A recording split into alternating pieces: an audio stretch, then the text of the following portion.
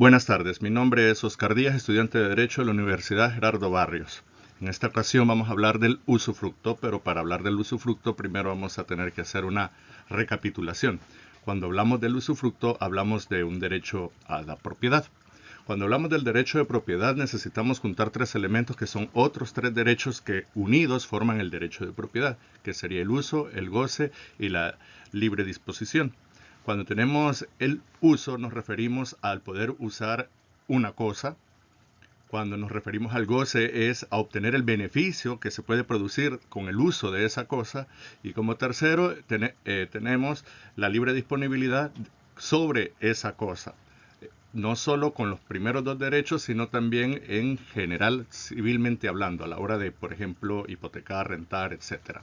Entonces, cuando hablamos de los derechos, este tipo de derechos de propiedad, vamos a decir que son derechos reales. Tenemos tres tipos de derechos. Tenemos los derechos personales, que son las relaciones entre personas, los derechos intelectuales, que son los derechos que tienen las personas con su creatividad intelectual o industrial, y los derechos reales, que es la relación que tienen las personas con las cosas. Estos derechos que tienen las personas con las cosas podrían ser la propiedad, el uso, la habitación, la servidumbre, la hipoteca y el usufructo, que es el que nos atañe. Cuando hablamos de usufructo, básicamente la palabra nos dice que es el uso y el fruto, que son los dos elementos principales de la propiedad. A continuación vamos a seguir avanzando.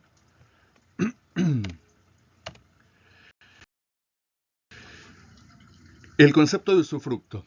Vamos a decir que el concepto de usufructo es cuando una persona tiene el derecho del uso y del goce de determinada cosa independientemente del propietario. El Código Salvadoreño de 1958 en el artículo 769 expresa: es aquel derecho de gozar de una cosa con cargo y de conservar su forma y su substancia y de sustituirla a su dueño real, que consiste en la facultad. Ahora, en el artículo 764 dice: Código Civil chileno, el derecho de usufructo es un derecho real que consiste en la facultad de gozar de una cosa con cargo de conservar su forma y substancia y de restituirla a su dueño si la cosa no es fungible, o con cargo de devolver igual cantidad y calidad del mismo género, o de pagar su valor si la cosa es fungible.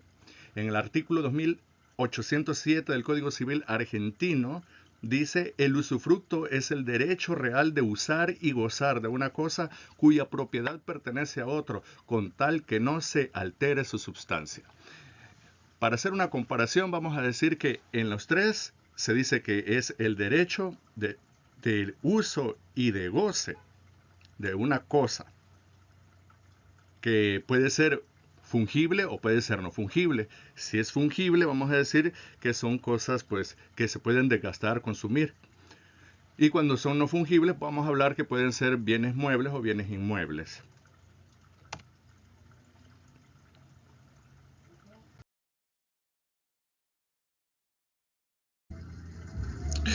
Bienes susceptibles de usufructuarse y tipos de usufructos.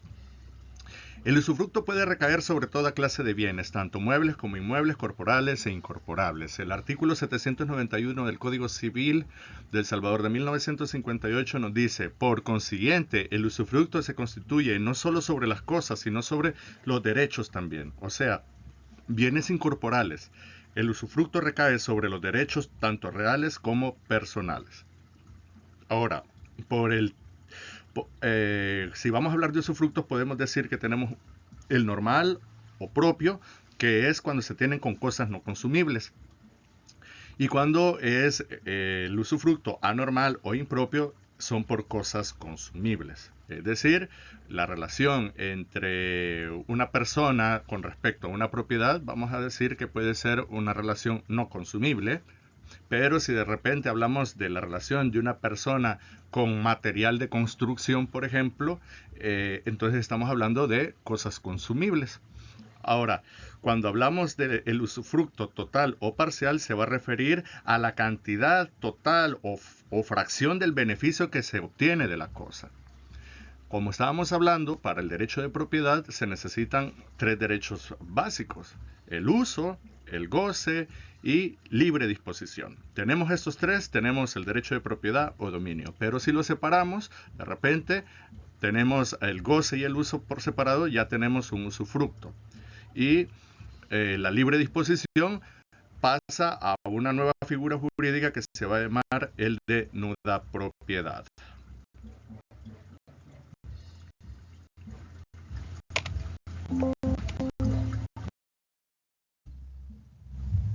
Características. Para hablar de las características, primero nos tenemos que referir a dos elementos básicos. El primero es el usufructuante, es decir, la persona que va a ceder el derecho del uso y el goce a una segunda persona que se va a llamar usufructuario, que va a ser el que va a tener el derecho de goce.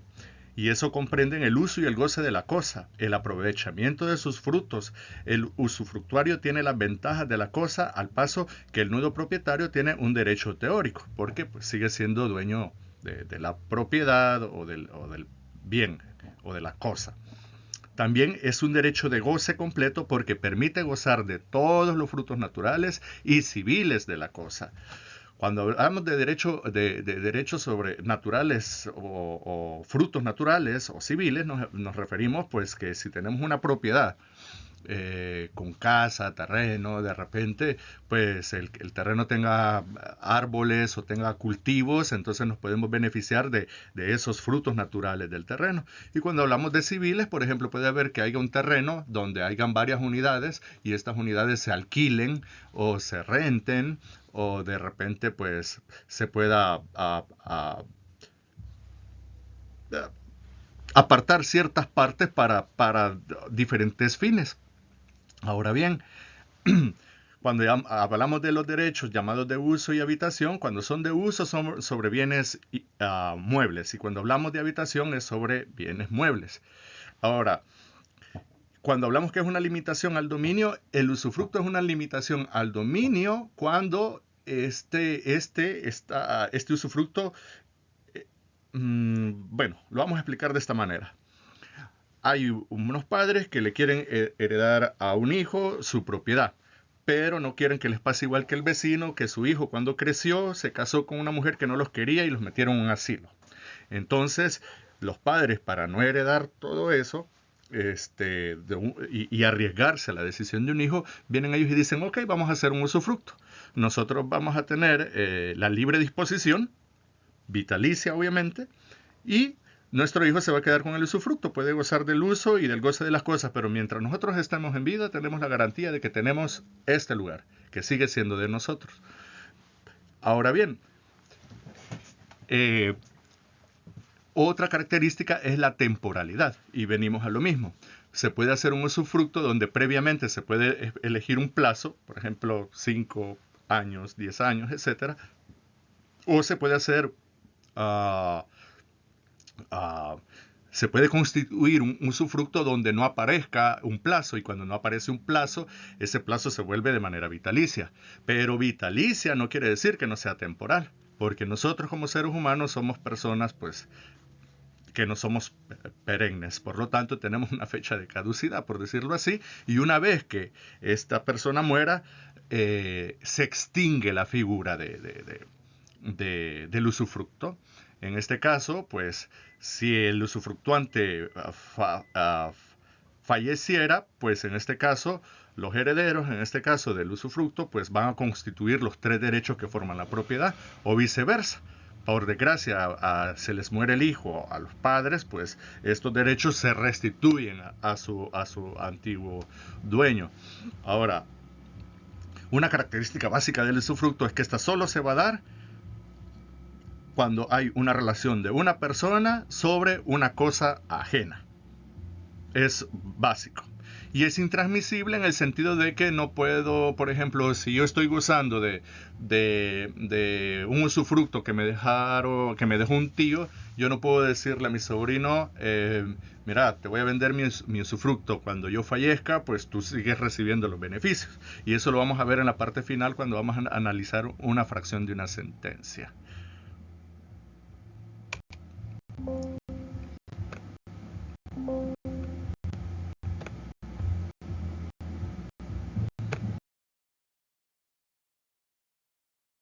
Constituye el usufructo. Según el artículo 771 del Código Civil, Las maneras para constituir el usufructo son: 1. Por ley, como padre o madre de familia sobre sus hijos. 2. Por medio de un testamento. 3. Por medio de donación o por prescripción. Entiendas este último como cuando pasa un tiempo prudencial donde una persona puede exigir los derechos totales de la propiedad.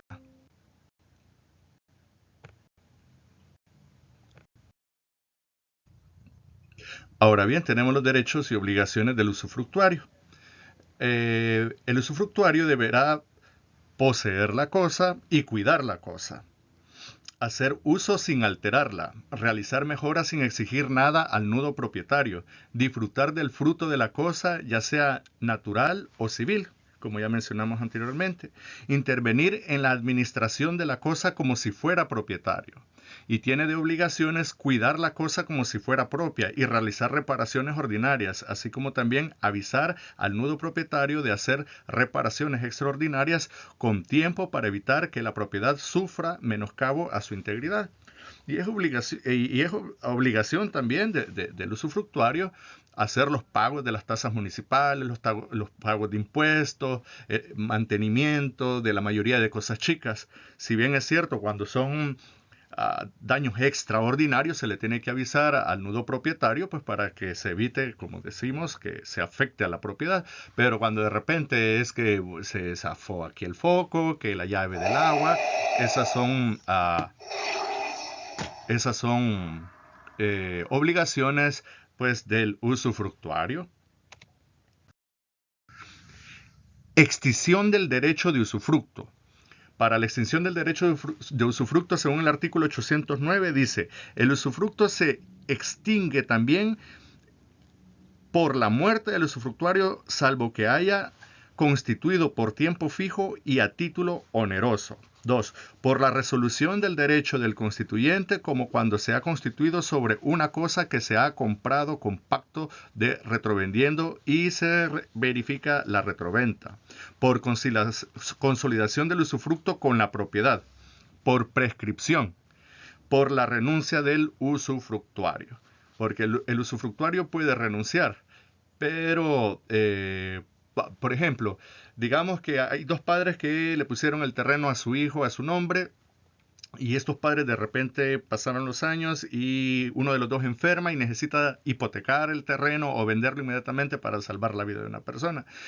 Esta persona no, para venderla tendría que avisarle al usufructuario, y el usufructuario tendría que renunciar a su derecho de usufructo para poderle regresar los poderes totales, que es de uso, goce y libre disposición, al dueño original para que éste disponga de la propiedad.